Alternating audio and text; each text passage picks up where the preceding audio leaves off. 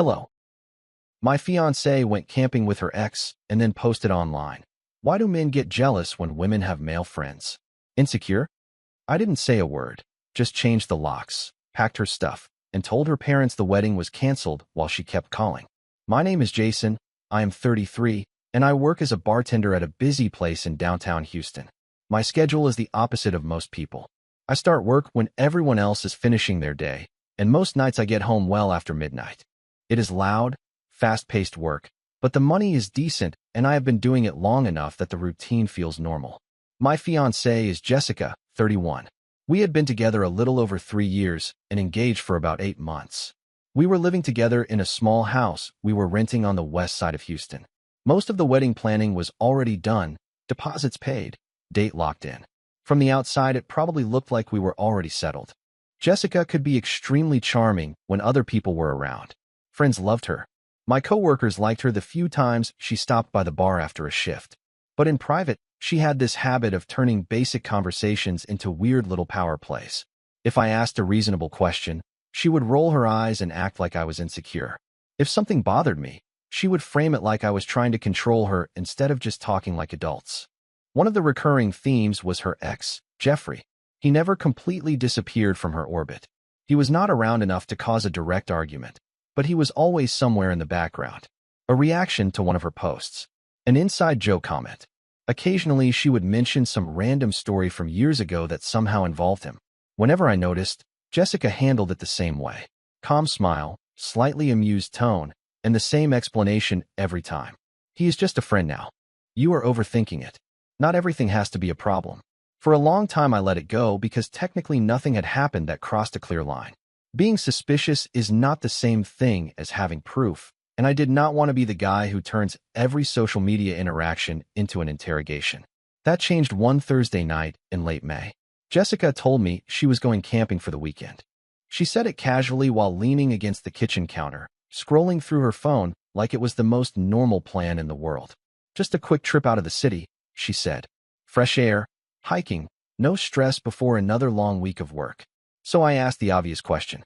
Who exactly are you going with?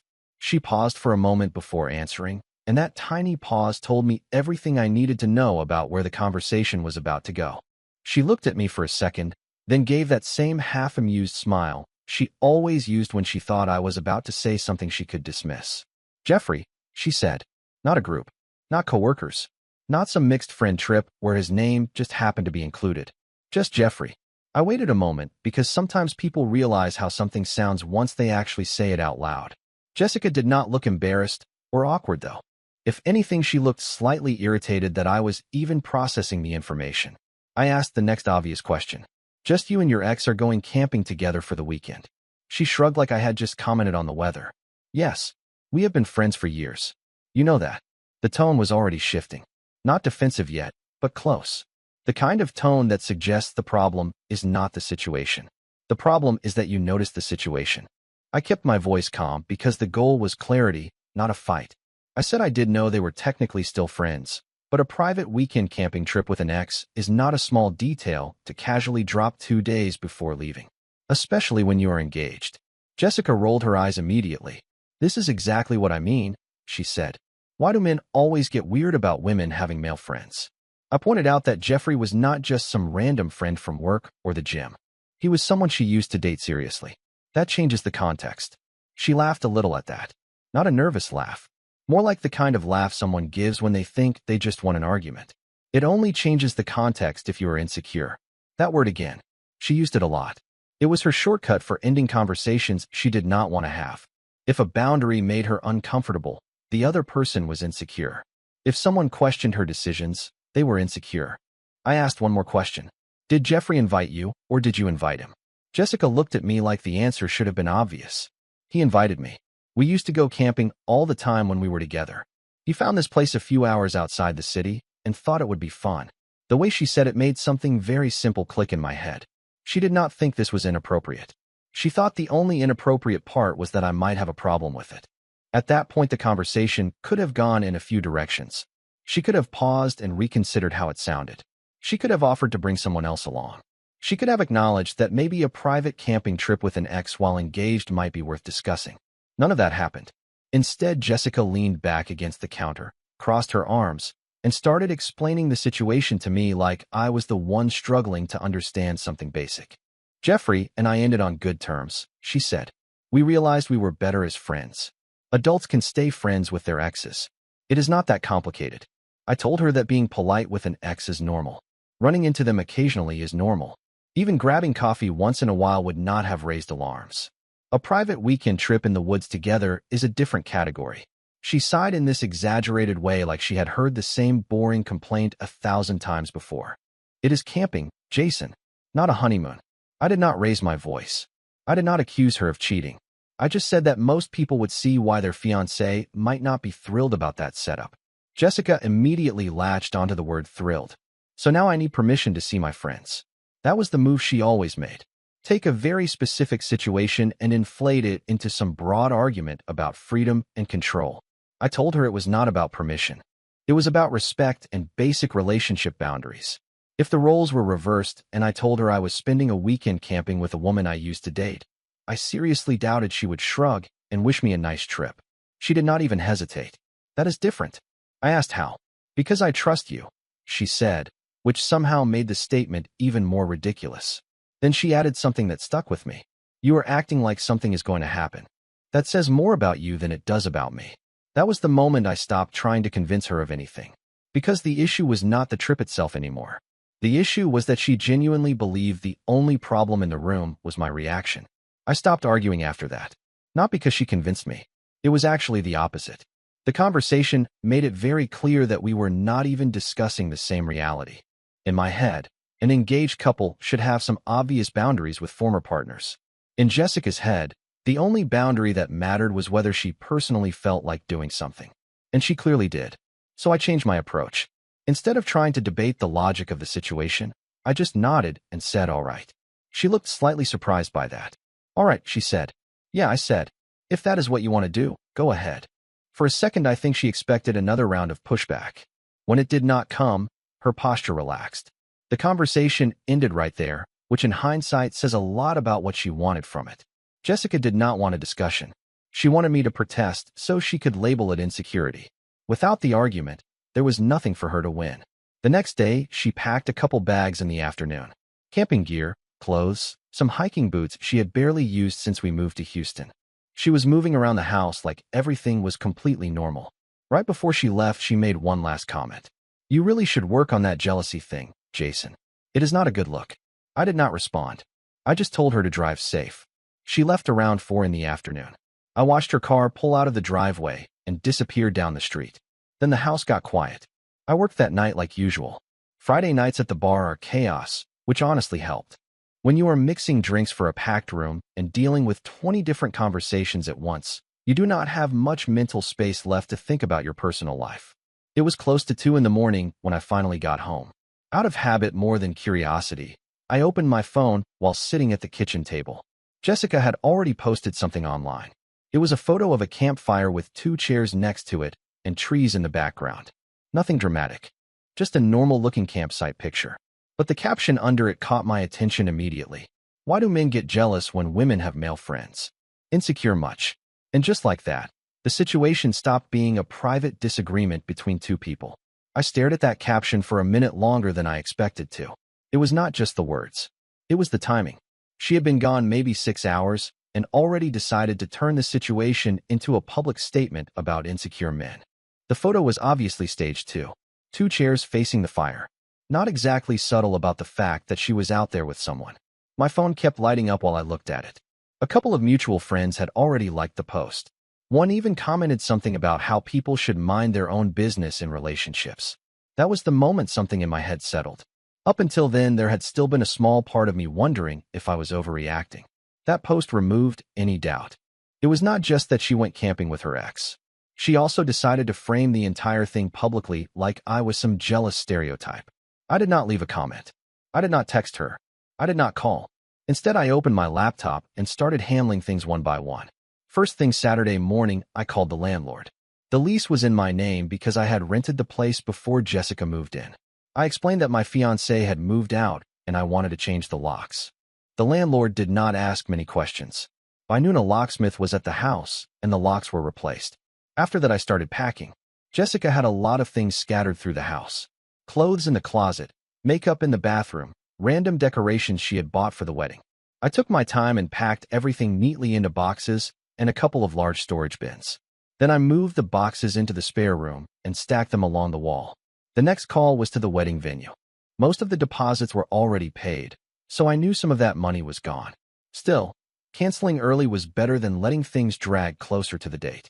The coordinator sounded surprised when I told her the wedding was off, but she handled it professionally and confirmed everything would be canceled. After that, I called the caterer and the photographer. By late afternoon, the entire wedding was officially gone.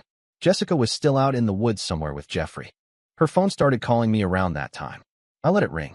Jessica's calls kept coming in while I was finishing the last of the cancellations. At first, it was just one or two. Then it started repeating every 10 or 15 minutes. I did not pick up any of them. If she wanted to spend the weekend making statements online about insecure men, she could also deal with the consequences without a live audience. By early evening, I realized there was one conversation that was going to happen sooner or later anyway. Her parents. They were already invited to the wedding, obviously. Flights had been discussed. Her mother had been sending Jessica links to decorations for months. If the wedding was officially canceled, it made more sense for them to hear it directly instead of finding out through rumors or social media. So I called her dad. He answered on the second ring. We had always gotten along well enough. Nothing overly close, but respectful. The kind of relationship you expect with future in-laws. Hey Jason, he said. Everything all right? I kept it simple. I told him the wedding was canceled and that Jessica would need to pick up her things when she got back into the city. There was a long pause on the line. He asked what happened. I explained the situation calmly. That Jessica had gone on a weekend camping trip alone with her ex. That she posted about it online while framing the situation like I was the problem. And that after thinking about it, I decided it was better to end things now rather than ignore what that meant for the future. Another pause. Then he sighed. He did not argue with me. He did not defend her. He just said he appreciated me telling him directly and that he would talk to Jessica once she had cell service again. We ended the call a minute later. When I set my phone down, there were already 4 more missed calls from Jessica. A few minutes after that, the phone started ringing again. The next time Jessica called, I answered. The moment the line connected, she started talking. Where are you? Why are you not answering your phone? Why is my dad texting me asking if the wedding is canceled? She sounded irritated more than worried. Like the situation was an inconvenience instead of something serious. I let her finish before saying anything. Then I told her calmly that yes, the wedding was canceled. There was a pause on the other end of the line. What are you talking about? I explained everything in a straightforward way. I told her I saw the post she made about insecure men. I told her that spending the weekend camping with her ex while publicly mocking the situation was not something I was willing to build a marriage around. She immediately went into the same defensive tone she used during our kitchen conversation. You are seriously blowing this out of proportion. I did not argue with her. I just kept explaining what I had already done. I told her the locks on the house had been changed. I told her all of her things were packed and waiting in the spare room. I told her the wedding venue, the caterer, and the photographer had all been notified that the wedding was canceled. The silence on the phone lasted longer this time. Then she started talking again, but the tone had shifted from irritated to angry. You changed the locks. Jason, are you serious right now? Yes. You cannot just decide things like this because you are jealous. I told her it was not about jealousy. It was about clarity. She made her priorities clear when she chose that trip and that post. I made mine clear by deciding I was done. She tried a few more angles after that, saying I was overreacting, saying Jeffrey was just a friend, saying I was ruining our future over something small. But the decision had already been made hours earlier. When she finally paused, I told her one last thing. Her boxes would stay in the spare room for 2 weeks. She could arrange a time with the landlord to pick them up. Then I ended the call. Right after that, I blocked her number. Jessica showed up Sunday evening. I was in the living room when I heard a car pull into the driveway. A few seconds later, there was loud knocking on the front door. Not normal knocking either. The kind where someone is already angry before the door even opens. I walked over and opened it. Jessica was standing there with a backpack and a duffel bag slung over her shoulder. She looked tired, dusty, and extremely irritated. The moment she saw me, she started talking. What the hell is wrong with you? I stepped outside and closed the door behind me before answering. I did not want the argument echoing through the house. I told her everything I had already explained on the phone still stood. The wedding was canceled. Her things were packed. The locks had been changed. She immediately tried to push past me toward the door. I need to get my stuff. Your stuff is already packed, I said. That only made her angrier. This is insane, Jason. You are acting like a jealous psycho because I spent a weekend with a friend. I did not react to the insult. I just opened the door and pointed down the hallway toward the spare room. Your boxes are in there. Jessica walked in and stopped when she saw the stack of boxes along the wall. Clothes, shoes, decorations, small furniture pieces she had brought when she moved in. Everything was neatly packed. For a second, she just stared at them. Then she turned around and started arguing again. You actually went through my things while I was gone. Yes. You called my parents. Yes. You canceled the wedding without even talking to me first. I told you exactly why I did it. Her voice kept getting louder while mine stayed the same. This is unbelievable, she said. You are throwing away 3 years because you cannot handle the fact that I have male friends. I told her again that she was free to have whatever friends she wanted. She just was not going to do it while being engaged to me. The conversation went in circles for a few minutes after that. Eventually, I picked up one of the boxes and carried it to the front door. Her car was still sitting in the driveway. The message was clear. Jessica stood there for a moment watching me carry the first box outside. I placed it on the driveway next to her car and walked back inside for the next one. I did not rush. I just moved steadily back and forth between the spare room and the front door. She followed me the second time. You are seriously doing this right now? Yes, I said. She crossed her arms and leaned against the wall while I picked up another box. You are going to regret this, Jason. Maybe, I said. But not today. That answer seemed to irritate her more than anything else I had said all evening. She kept trying to pull the conversation back into the same argument we had already gone through 3 different ways. You are blowing this way out of proportion. I did not respond. You are acting like I cheated on you. Still nothing. All I did was go camping with a friend. I carried the third box outside and set it next to the others. By that point, the stack was starting to take shape in the driveway. Clothes, a couple storage bins, a bag with her makeup case inside. Everything she had moved into the house over the past 2 years was slowly making its way back out. Jessica eventually stopped arguing and just watched. The anger was still there, but it was mixed with something else now. Confusion, maybe. She clearly expected the situation to turn into a long fight, where she could keep pushing the same points until I gave in. Instead, it was just logistics. Once the last box was outside, I stepped back toward the door. That is everything, I said. She looked at the pile, then at me. You are really ending it like this? Yes. For a moment, it seemed like she was about to start another argument. Instead, she grabbed the first box and shoved it into the back seat of her car. Neither of us said anything while she loaded the rest. When the trunk was finally closed, she stood next to the driver's door and looked at me one last time. You are going to look stupid when people hear about this. Maybe, I said. Then she got in the car, started the engine, and drove away. The house felt strange after she left. Not empty exactly, just quiet in a different way. Jessica had always filled the space with noise. Music playing from her phone, videos in the background, constant commentary about whatever she was looking at online. Now it was just the hum of the air conditioning and the occasional car passing down the street. I locked the door and walked back into the living room. For a few minutes, I just sat on the couch thinking about how quickly everything had collapsed. 3 years together, months of wedding planning, all of it ended over the course of a single weekend. But the truth is, it did not really end because of the camping trip. The trip just made the underlying problem impossible to ignore.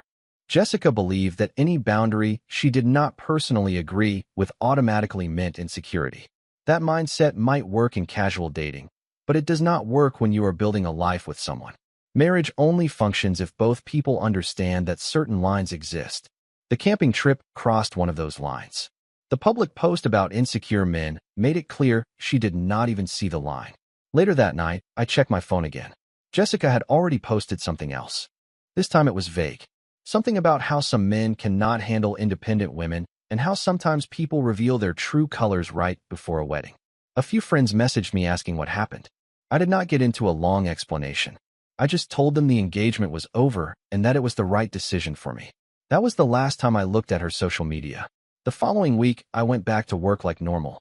Same bar, same loud Friday nights, same routine I had before the relationship started. A couple of friends later told me Jessica was telling people I had a jealousy problem. Maybe some people believe that. Honestly, it does not matter. If someone thinks expecting basic respect from your fiancé counts as insecurity, They are free to go camping with their ex too. Bye-bye.